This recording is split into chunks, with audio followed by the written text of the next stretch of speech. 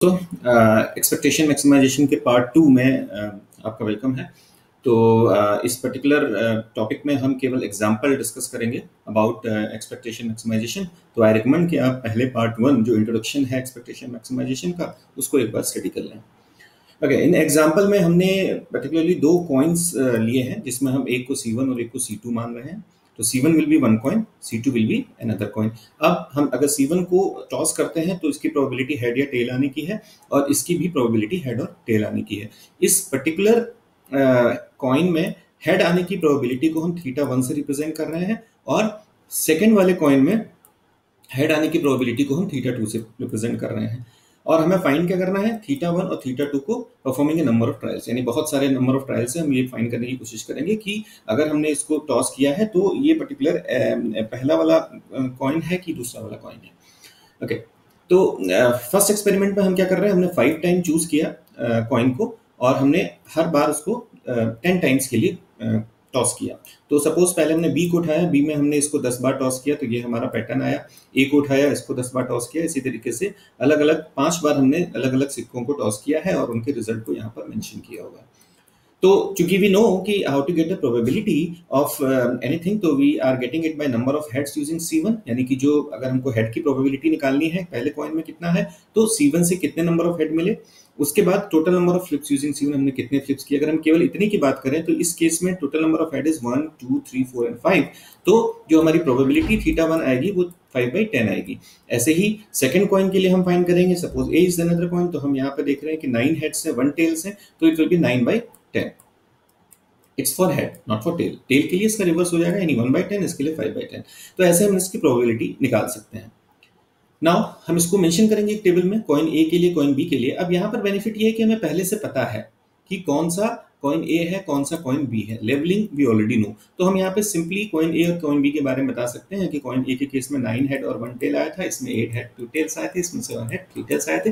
Total इन सबका जब हम कलेक्शन करेंगे 24 हेड्स एंड 6 टेल्स कॉइन ए के लिए। कॉइन बी के लिए उसी प्रकार से 9 हेड और 11 टेल्स आ रहे हैं। तो जब हम पहले हेड की टोटल प्रोबेबिलिटी फाइंड करेंगे तो हम ये देखेंगे कि 80% चांसेस हैं। 24 कहाँ से आया, ये वाला, और 24 plus 6 is this plus this, in total number of tosses 30। तो 24/30 इज 0.8, यानी 80% चांसेस हैं कि अगर हम पहले कॉइन को उछालें तो हेड आएगा। और उसी तरीके से सेकंड कॉइन के लिए चांसेस क्या है, 45% है। यहाँ पर 9 कहाँ से आया, ये हेड है 9 टाइम्स, और 9 plus 11 is total number of tosses जो हमने परफॉर्म किए। तो पहले कॉइन के लिए 80%, दूसरे कॉइन के लिए 45% हमारे पास चांसेस हैं कि हेड और टेल आएगा। तो वहां पर क्या था कि हमें ऑलरेडी लेबलिंग पता थी। हम एक दूसरा चैलेंजिंग प्रॉब्लम करते हैं, यहाँ पर हमको ये नहीं पता है कि ये जो हम हेड और टेल के जो एजम्पशंस हमने लिखे हुए हैं ये किस कॉइन के लिए है, आइदर फॉर ए और फॉर बी। और इसलिए हमें आइडेंटिटीज नहीं पता है कि किस कॉइन के लिए हम यूज करेंगे, यानी कि ये हमारे लिए हिडन है इस समय, और इसी के बेसिस पे हम फर्दर एजम्पशंस फर्दर रिजल्ट्स को फाइंड करने की कोशिश करेंगे।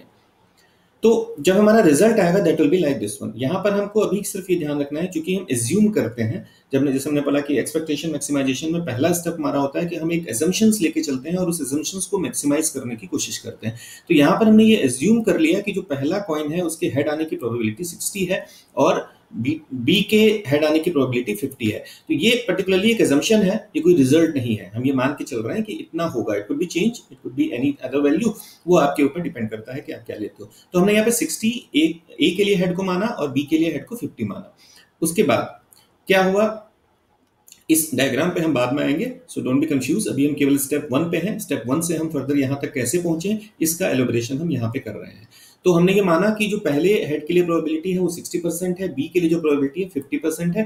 फर्स्ट राउंड में जब हमने देखा था सी हेयर हेड 5 है और टेल 5 है, तो हमने ये मान लिया यहाँ पे तो फिक्स है कि हेड फर्स्ट राउंड में 5 है और टेल्स 5 है।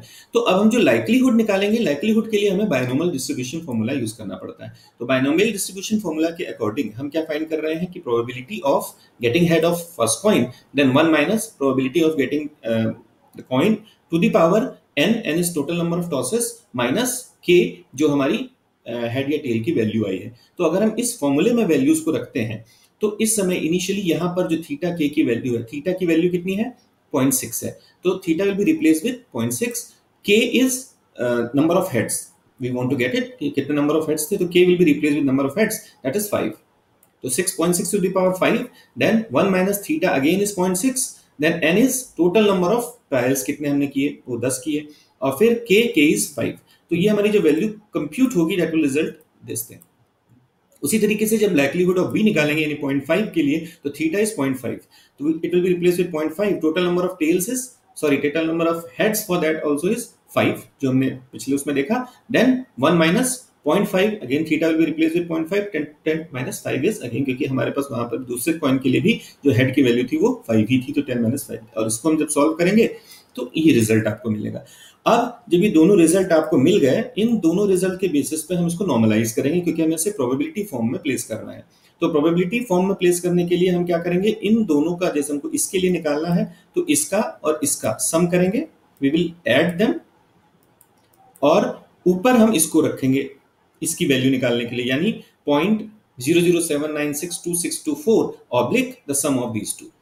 Suppose this is A and suppose this is B, तो द फॉर्मूला विल बी, अगर हमको ए की प्रोबेबिलिटी फाइंड करनी है तो A oblique A plus B, और उसी तरीके से जब हमें बी की निकालनी होगी तो B oblique A plus B, right. तो इस बेसिस पे जो पहले वाले कॉइन नॉर्मलाइज होगा उसकी प्रोबेबिलिटी 45 हो गई और दूसरे की प्रोबेबिलिटी 55 हो गई, यानी कि बी में हेड आने के चांसेस 55% है और ए में हेड आने के चांसेस 45% है।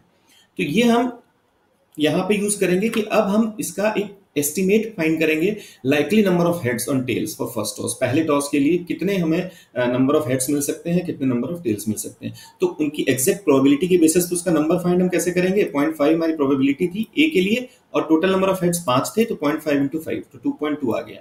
टेल्स के लिए 0.5 थे, 0.5 into 5 2.2 आ गया। सेम कॉइन बी के लिए हमारे पास 0.55% था जो चांसेस थे, और टोटल 5 हेड्स आए थे तो 2.8, और टेल भी हमारे पास 5 थे, तो 0.55 into 5 2.8। तो this is the probability of getting head and tail for coin B. This is the probability of getting the likely number of head and tail, कितने नंबर ऑफ हेड और टेल आ सकते हैं ए के लिए, वो हमारे पास 2.2 है, और जो number of head and tail आ सकते हैं बी के लिए वो 2.8 and 2.8 है। वो हमने यहाँ पर मेंशन कर दिया कि हेड के लिए ये likely number of head and tail आ सकते हैं, बी के लिए ये आ सकते हैं।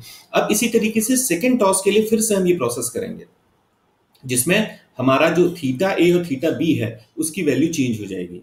उसकी वैल्यू कैसे चेंज होगी कि अब हम उसकी जगह पे ये फाइंड करेंगे कि टोटल जब पांचों नंबर के लिए फाइंड हो गया, मींस हमने ये वैल्यू किसके लिए निकाली, this is for first toss. Okay, same we will do for another tosses using this formula. Okay, second के लिए जब हमारा सेकंड राउंड में कितने नंबर ऑफ हेड चेंज हो जाएंगे, तो हेड आप चेंज कर दोगे, टेल चेंज कर दोगे। उसी तरह तीसरे राउंड के लिए हेड टेल चेंज करोगे, चौथे पांचवें के लिए हेड टेल चेंज करके इसी थीटा ए और थीटा बी की वैल्यू के साथ आप उसकी अलग अलग वैल्यूज निकालोगे और ये रिजल्ट आपको मिल जाएगा। देन यू विल गेट 21.3 जो इन सब का सम होगा और 8.6 जो इन सब का सम होगा। वैसे ही कॉइन बी के लिए इनका सम 11.7 और टेल का सम इतना। तो ये सब आने के बाद आप फिर से इसकी प्रोबेबिलिटी फाइंड करोगे कैसे, 21.3 ऑब्लिक 21.3 प्लस 8.6 यानी 0.71 is the probability for getting head for coin A and 0.58 is the probability of getting head for coin B. तो अब ये जो नए हमारे पास थीटा ए और थीटा बी की वैल्यू हो गई वो ये हो गई। इन वैल्यूज को वापस हम कहां पे रखेंगे, इन जगहों पे रख देंगे और फिर से इसी स्टेप को हम रिपीट कर देंगे विद न्यू वैल्यू, यानी यहां पर हमारे थीटा ए और थीटा बी की न्यू वैल्यू आ जाएगी और सेम प्रोसेस फिर से रिपीट होगी। यानी ये हमारा क्या हुआ, एस्टिमेशन, और यहां हम मैक्सिमाइजेशन कर रहे हैं। तो इस प्रोसेस को कंटिन्यूअसली हम तब तक रिपीट करेंगे जब तक हम एक कांस्टेंट वैल्यू पे नहीं आ जाते, यानी हमारा थीटा की वैल्यू लगभग सेम हर बार नहीं आती रहती। तो वो जो हमारी आएगी जब हमारे पास थीटा ए की वैल्यू 0.80, थीटा बी की वैल्यू 0.52 हो जाएगी। तो इस जगह पे जाके हम कंसिस्टेंट हो जाएंगे, एक स्पेसिफिक रिजल्ट पे आ जाएंगे and then we will say कि yes now we are getting the best result जो हमें चाहिए।